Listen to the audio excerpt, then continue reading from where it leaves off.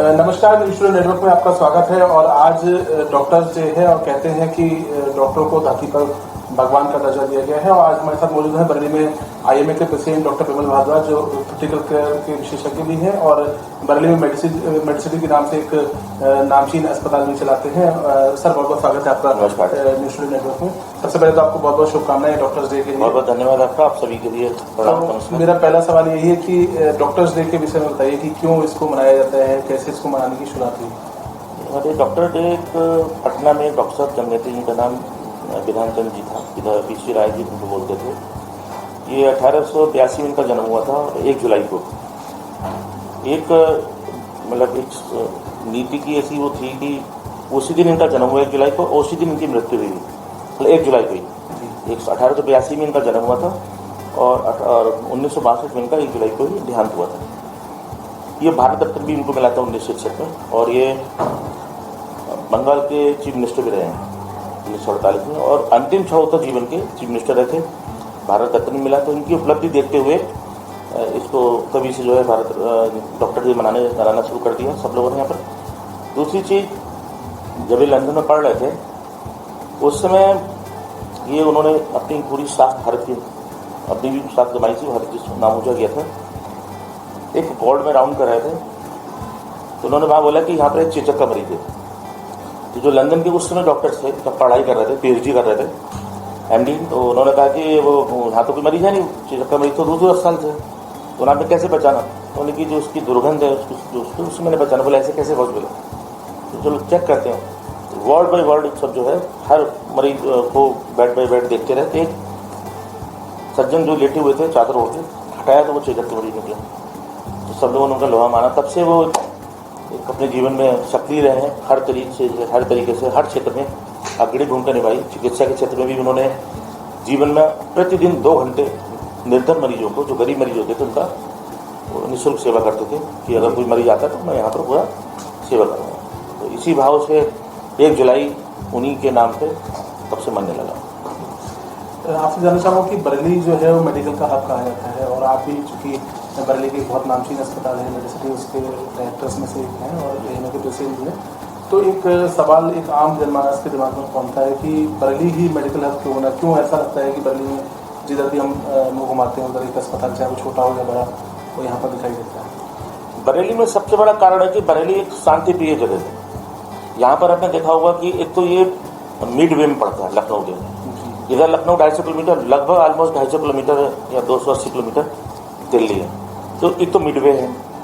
दूसरी चीज़, इसकी कनेक्टिविटी इतनी बढ़िया है कि अगर आप जाएंगे तो हर तरफ से उत्तराखंड का पेशेंट भी अगर जाएगा दिल्ली इधर से, तो जनरली वो हल्द्वानी, रुद्रपुर इधर का तो इजली ट्रेन होता है।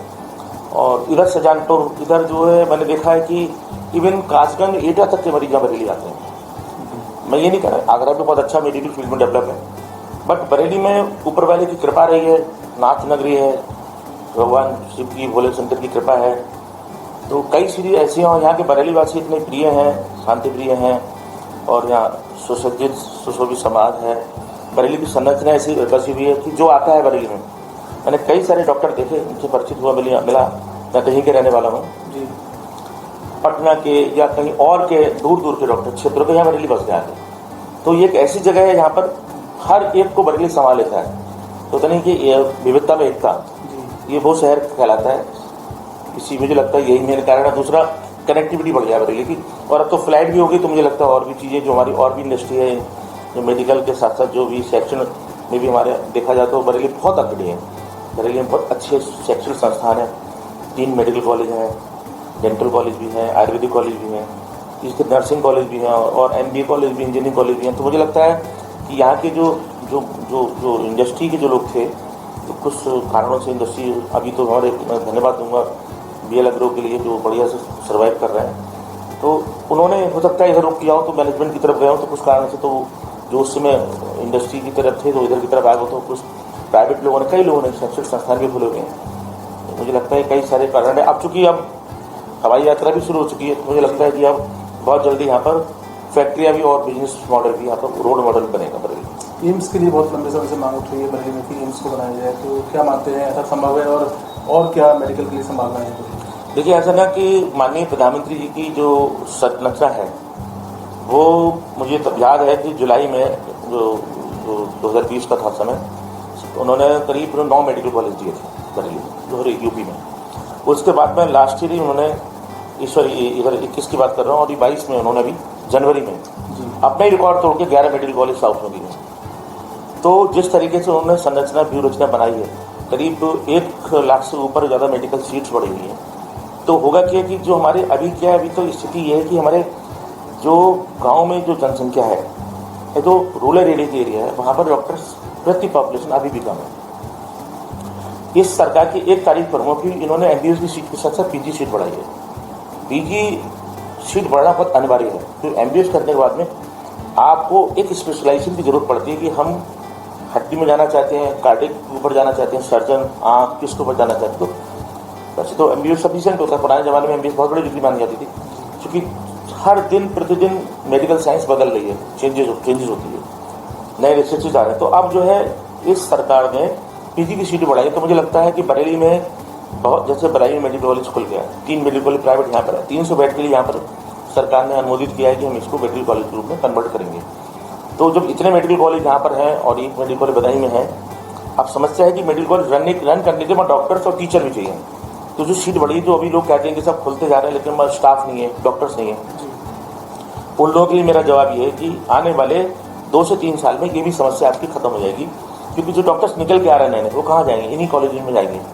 तो मुझे लगता है बहुत जल्दी इंफ्रास्ट्रक्चर डेवलप होगा। जहाँ तक एम्स की बात है, एम्स में अभी जैसे उन्होंने कई सारे एम्स यूपी में दिए हैं, गोरखपुर में बहुत बढ़िया चल रहा है, ऋषिकेश में यहाँ बढ़िया चल रहा है, इधर दिल्ली में एम्स है और लखनऊ में इधर है नहीं। लखनऊ में या तो लखनऊ खोल दें, नहीं तो मुझे लगता है बरेली एक उपयुक्त जगह है। आप जो किसी की तरफ जो एरिया बनता है हमारा, चाहे वो सरकार अगर चाहेगी तो जो लखनऊ और सुजानपुर हाईवे उधर जा सकते हैं, या बदायूं वाले रोड पे जो बरेली बदायूं वाला रोड है यहाँ जा सकते हैं, क्योंकि इधर तो हमारा एयरफोर्स है जी। तो जगह तो पर्याप्त है और सरकार उस दिशा में काम भी कर रही है। तो मुझे लगता है कि 300 बेड का जो अस्पताल है वो भी बनेगा जल्दी, और इस पर भी आगे, क्योंकि माननीय मुख्यमंत्री जी को यहाँ के जो हमारे माननीय लोग में विधायक हैं उन्होंने इस बात रखी है कि उसमें एम्स होना चाहिए बरेली में, और हम लोग उसका समर्थन करते हैं। ठीक है, हम जब डॉक्टर्स की बात कर रहे हैं तो कोविड एक बहुत बड़ी चुनौती के रूप में आएगा, न केवल जन सामान्य के लिए बल्कि चिकित्सकों के लिए भी एक बड़ी चुनौती थी कि अपने पेशे को शुरू करते समय जिस समय वो शपथ लेते हैं कि मरीजों का इलाज करेंगे, उसको भी कायम रखना था और अपने आप को भी कोविड से बचाना था। एक ब्रॉड सिनारियो में कैसे देखते हैं आप कि कोविड कितना बड़ा चैलेंज था चिकित्सकों के लिए, अस्पताल संचालकों के लिए? कोविड एक भयंकर दुखद सपना है जो हम सब लोग चाहेंगे कि ना आए दोबारा ऐसी बीमारी। हालांकि कहा जाता है हर 100 साल में कुछ न कुछ ऐसा होता है। जैसे इससे पहले हम लोगों ने सुना कि एक फ्लू आया था, स्पेनिश फ्लू, अभी एक कोविड आया, और लगभग वही दौर था 19-20 का, 18 से 19-20 में तब भी हुआ था। तो इस चीज़ को हमने अच्छे से लड़ा और उसको फाइट करके ये अगर हम दुनिया वाइज में चलेंगे तो देखेंगे कि जो जिस तरह डेवलप कंट्री में मौतें हुई हैं, जस्टिफाई नहीं कर रहा हूँ, जो कोई भी अगर दुखद घटना होती है उसको सबको दुख होता है, लेकिन जो मुझे सबसे ज़्यादा खराब पीरियड लगा था 2020 में, हम लोग बहुत डर गए थे क्योंकि हर चीज़, हर आदमी, डॉक्टर भी, हम लोग लर्निंग फेज में थे, पूरा वर्ल्ड लर्निंग फेज में था, सीख रहे थे। आगे सीखते सीखते जब हम उससे निकल के बाहर आ गए, जब सितंबर अक्टूबर नवंबर 2020 आ गया था, तो थोड़ा लोग लीनियंट हो चुके थे। इसी दौरान दिसंबर में 2020 में एक स्ट्रेन आया और उसने जो धीरे धीरे ऑल ओवर वर्ल्ड में बुरी तरीके से महामारी फैलाई, और हमारे कंट्री में लगभग मार्च और अप्रैल के आसपास वो आ चुका था। उस वक्त महाराष्ट्र में था और हमने भी कई लोगों से कहा कि अब सतर्क हो जाइए, क्योंकि ये जो है, मैं इसको कोविड को जस्ट लाइक जैसे गिरगिट होता है जी, उसको बोलूँगा, क्योंकि बैरूपिया है। अब इसमें अलग अलग परसेप्शन डेवलप हो चुके थे।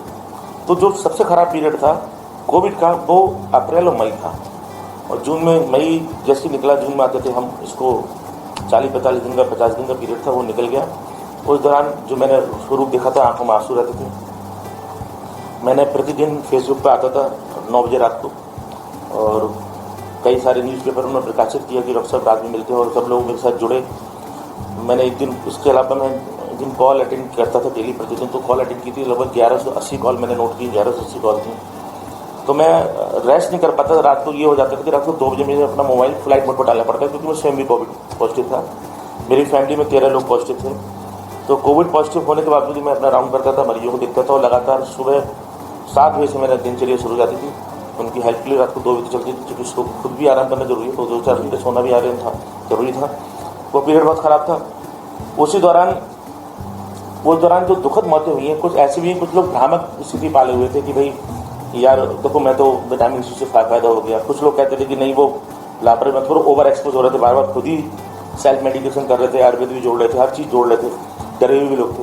सीटी स्कैन भी लोग भाग रहे थे बार बार। मैं बार बार रोकता था कि सीटी स्कैन के लिए ऐसे मत भागिए। उसके एक टाइम होता है जब कोविड आपको हुआ, 2 हफ्ते की बीमारी थी, तो वो बंद नहीं, तो एक ही बार सही टाइम पे सीटी स्कैन कराओ। कुछ लोग बिना डॉक्टर की सलाह के अपने पहले सीटी स्कैन करा लिया, उसके बाद डॉक्टर ने सलाह दी, फिर करा लिया, फिर स्थिति खराब हुई, फिर करा लिया। तो अब आप एक ही पीरियड में, मतलब 24 दिन में 2 से 3 बार सीटी स्कैन कराने का मतलब कि आप सीटी स्कैन का मतलब हो गया कि आपको 1.5-2 एक्सरे का एक्सपोजर ले लिया आपने।